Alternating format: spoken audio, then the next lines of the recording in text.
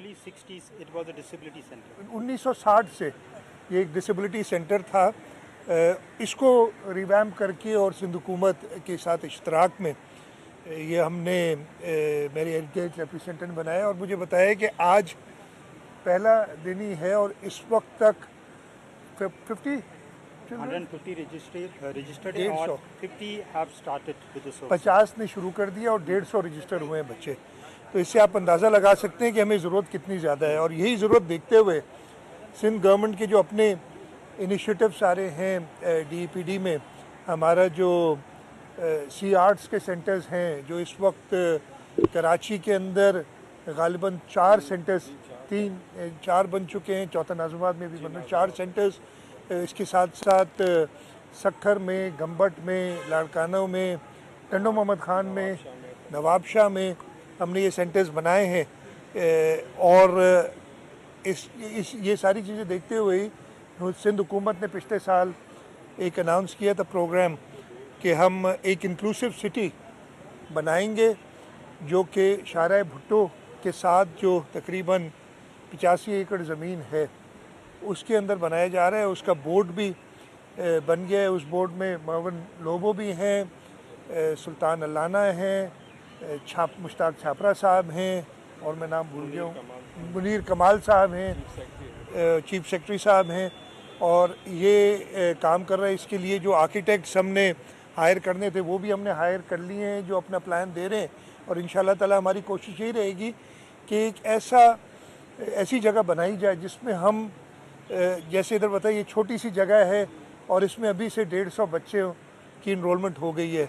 तो जो लाखों नहीं तो हज़ारों की तादाद में रिक्वायरमेंट है सिर्फ कराची शहर की और उसके साथ साथ बाकी न सिर्फ पूरा सिंध, हमने तो हेल्थ में और इस किस्म की फैसिलिटीज़ में दूसरे सूबों के जो लोग हैं उनको भी जगह दी है। तो हम वो ऐसा सेंटर बनाना चाहते हैं, इंक्लूसिव सिटी बनाना चाहते हैं जो कि इंशाल्लाह ताला इन स्पेशल एबिलिटीज़ वाले, डिसेबिलिटीज़ वाले जो बच्चे हैं उनकी ज़रूरियात पूरी कर सके।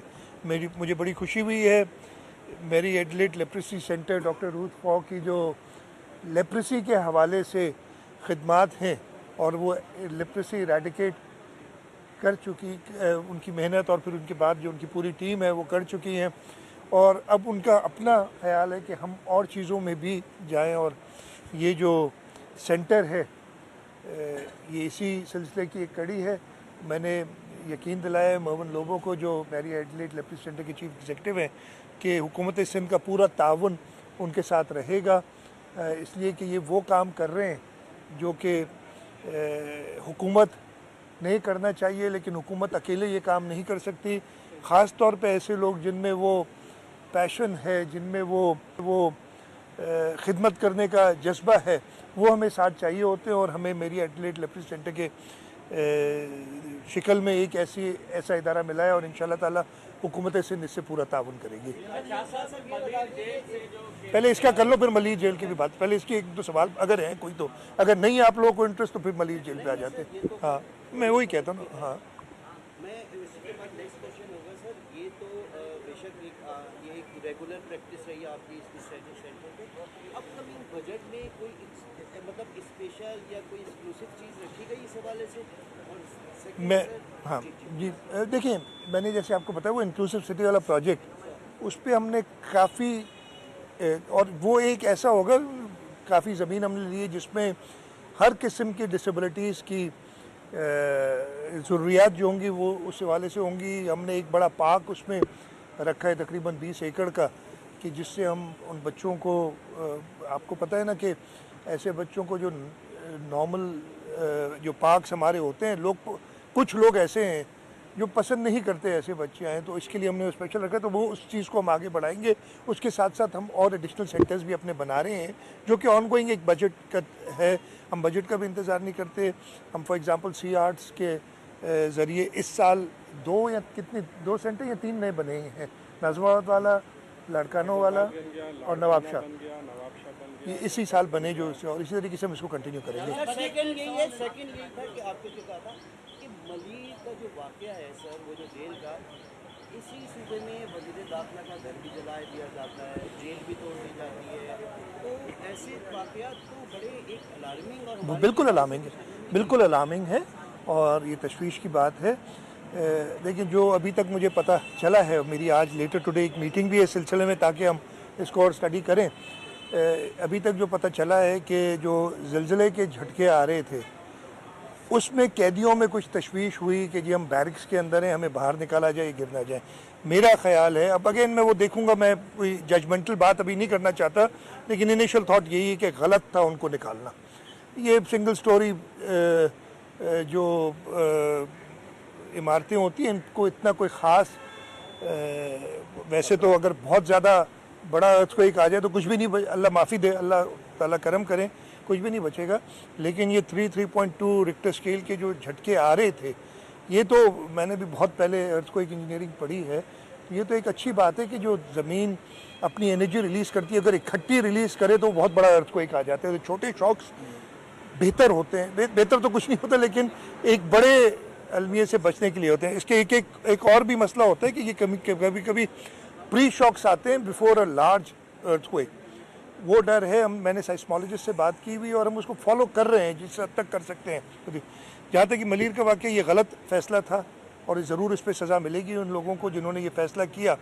कैदियों को बाहर निकाला गया, 6000 से ऊपर कैदी हैं मलीर जेल में, और जब वो बाहर ग्राउंड्स में, नहीं तो नॉर्मली जेल के 6 बजे के बाद शाम को कोई बाहर नहीं रहता, उनको जब बाहर निकाला गया और वो प्रिकॉशंस प्रॉपर नहीं ली गई, जिसकी वजह से कैदी एक मॉब की सूरत हाल अख्तियार की। उन्होंने, जहाँ तक मुझे पता है, हथियार भी छीने, फायरिंग भी हुई, एक कैदी की डेथ भी जब अभी तक मुझे पता है हुई है। इस सिलसिले में पुलिस ने और जो उधर जेल के हुकाम थे, फिर एफसी वाले थे, एफसी उधर पोस्टेड थी, उन्होंने रिटेलिएट किया। 216 या कुछ कैदी निकल गए थे, 80 या 82 जो अभी तक सुबह तक मुझे पता था वापस पकड़ लिए गए हैं। मैं सिर्फ एक बात कहूँगा, इस वाक़े की तो तहकीकात भी होंगी, जिनको सज़ा मिल रही है उनको सज़ा भी मिलेगी। जो कैदी भाग गए मोस्टली ये पेटी क्राइम्स वाले थे, कोई ऐसा बड़ा टेररिस्ट, कोई फॉरेनर इस जेल से नहीं भागा, जो अभी तक मुझे इत्तला है। मैं वैसे और करूँगा, मेरी यही इन सब से होगी एक वार्निंग समझ लें, दरख्वास्त समझ लें, जैसे भी वो करें कि वो वापस सरेंडर कर लें, नहीं तो ये जेल तोड़ने वाला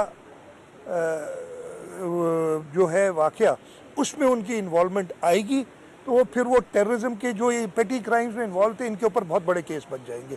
तो आप बिल्कुल दुरुस्त फरमा रहे हैं, तशवीश की बात है, नहीं होना चाहिए था और अब हो गया है, तो इंशाल्लाह इस पर सजाएं भी मिलेंगी। बजट कब पेश होगा, और दूसरा ये कि पिछले 2 साल में ज़राई तबका बिल्कुल तबाह हो गया है, इस बजट में उसके लिए कुछ है? बिल्कुल, 13 जून को इंशाल्लाह बजट हम पेश करेंगे।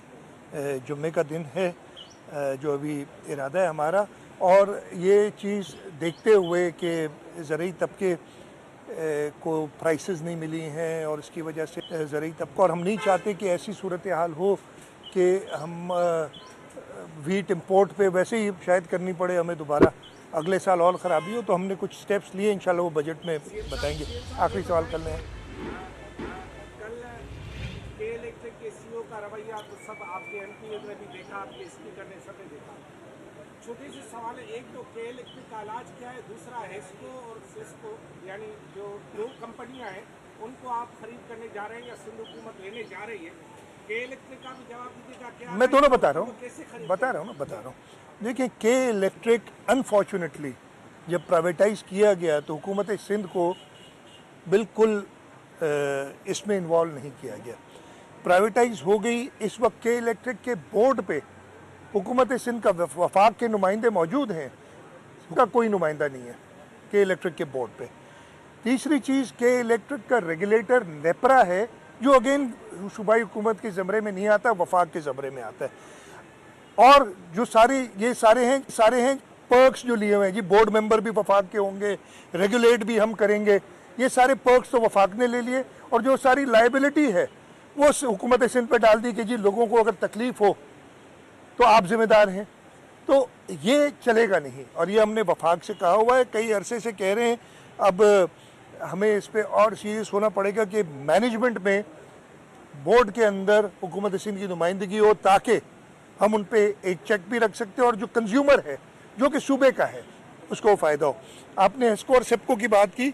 हेस्को और सेप्को पे हमारा इरादा ये है कि अगेन डिस्ट्रीब्यूशन एक प्रोविंशियल सब्जेक्ट है और हमेशा से वैसे वफाक चलाता आ रहा है कि हम ये दोनों इदारे प्राइवेटाइज नहीं करेंगे जैसे के इलेक्ट्रिक की। हम पब्लिक प्राइवेट पार्टनरशिप में, कंट्रोल हुकूमत का रहेगा लेकिन हम एक अच्छा ऑपरेटर ढूंढेंगे, इसलिए कि हम ये जानते हैं कि ऑपरेशंस के लिए आपको अच्छी टेक्निक चाहिए, वो हम ढूंढेंगे। और इन लाइंस पे हम बात कर रहे हैं वफाक से। और ये ओवरनाइट नहीं होगा, इसमें बहुत टाइम लगेगा। बहुत बड़ी यूटिलिटी कंपनीज है, ऐसा नहीं है कि दुकान से जाके और मैंने ख़रीद लिया और कुछ कर दिया, लेकिन इस पे हमारा काम चल रहा है। आखिरी सवाल कर लें। हाँ, इलेक्ट्रिक पर ही है कि इस वक्त गर्म मौसम बहुत ज़्यादा है। कल जो रवैया से बाबा जी ने कहा कि बहुत ख़राब था के साथ ज़्यादा साथ तक अपनों मन से ज़्यादा ख़राब होती है, क्योंकि हमने देखा कई सड़कें बंद हुई, तो कौन जिम्मेदार होगा?